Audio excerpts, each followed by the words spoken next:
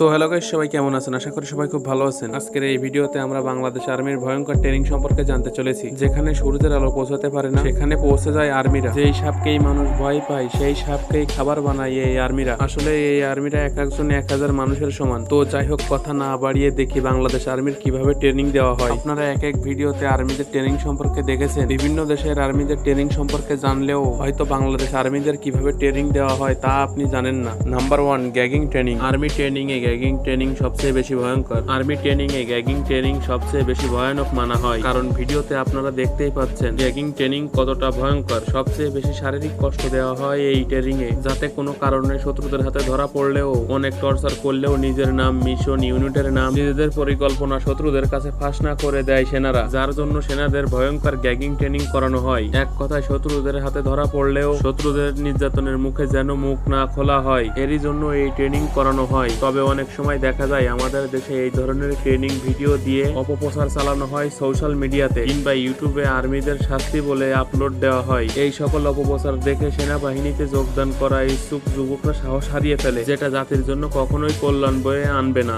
Number 2, para commando training. Bangla সেনাদের আরেকটা ভয়ঙ্কর ট্রেনিং এর নাম হলো প্যারা কমান্ডো ট্রেনিং। বুকে সাহস আর গায়ে শক্তি না থাকলে এই ট্রেনিং করা অসম্ভব। সন্ত্রাসী হামলার মোকাবেলা, প্লেন হাইজ্যাক এবং দেশের গুরুত্বপূর্ণ ব্যক্তিদের নিরাপত্তা দেওয়ার জন্য এই প্যারা কমান্ডো ট্রেনিং ইউনিট নিয়োজিত করা থাকে। আর প্যারা কমান্ডো ট্রেনিং এমন ভাবে দেওয়া হয় যে এদের মধ্যে কেউ কেউ ট্রেনিংরত অবস্থায় মারা যায়। প্যারা কমান্ডো ট্রেনিং 3 থেকে 6 মাস ধরে দেওয়া হয়। আর প্যারা কমান্ডো ট্রেনিং এ 30% যুবকরাই ট্রেনিং শেষ করতে পারে না। প্যারা কমান্ডো ট্রেনিং এর শুরুতে সৈনিকদের 30 কেজি ওজন নিয়ে 60 থেকে 70 কিলোমিটার পথ পাড়ি দিতে হয়। বন্দুক, গ্রেনেড, রাইফেল ইত্যাদি সঠিকভাবে চালানো শেখানো হয়। এছাড়াও বাজে বাজে খাদ্য খাওয়ানো হয়। আর প্যারা কমান্ডো ট্রেনিং এর সবচেয়ে ভয়ঙ্কর মুহূর্ত হলো চলন্ত বিমান থেকে মাঝ আকাশ থেকে লাফ দেওয়া হয়। এই সময়ে অনেক সৈনিক প্যারাশুট খুলতে না পেরে মারাও যায়। এই ট্রেনিং করার সময় মৃত্যুকে খুব কাছ থেকে দেখতে হয়। Number 3, voltage point training. এই ট্রেনিং এ আর্মিদের কাদার মধ্যে বসিয়ে দেওয়া হয় এবং কাদার মধ্যে ডিগবাজি দিয়ে সামনের দিকে অগ্রসর হতে হয়। মূলত কাদার মধ্যে টিকে থেকে যুদ্ধ চালিয়ে যাবার জন্য আর্মিদের এই ট্রেনিং দেওয়া হয়। এই ট্রেনিং এর সময় অনেক কাদা পানি খেয়ে ফেলে এই ট্রেনিং এর নোংরা পানির মধ্যে ট্রেনিং করা হয়। কতটা ভয়ঙ্কর তা আপনি বুঝতেই পারছেন। এই সৈনিক ভাইদের দিকে তাকিয়ে হলেও ভিডিওটি একটি শেয়ার করে দিন।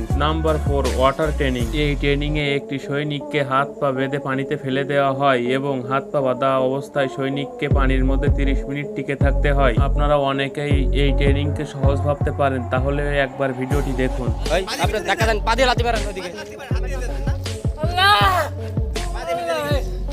আল্লাহ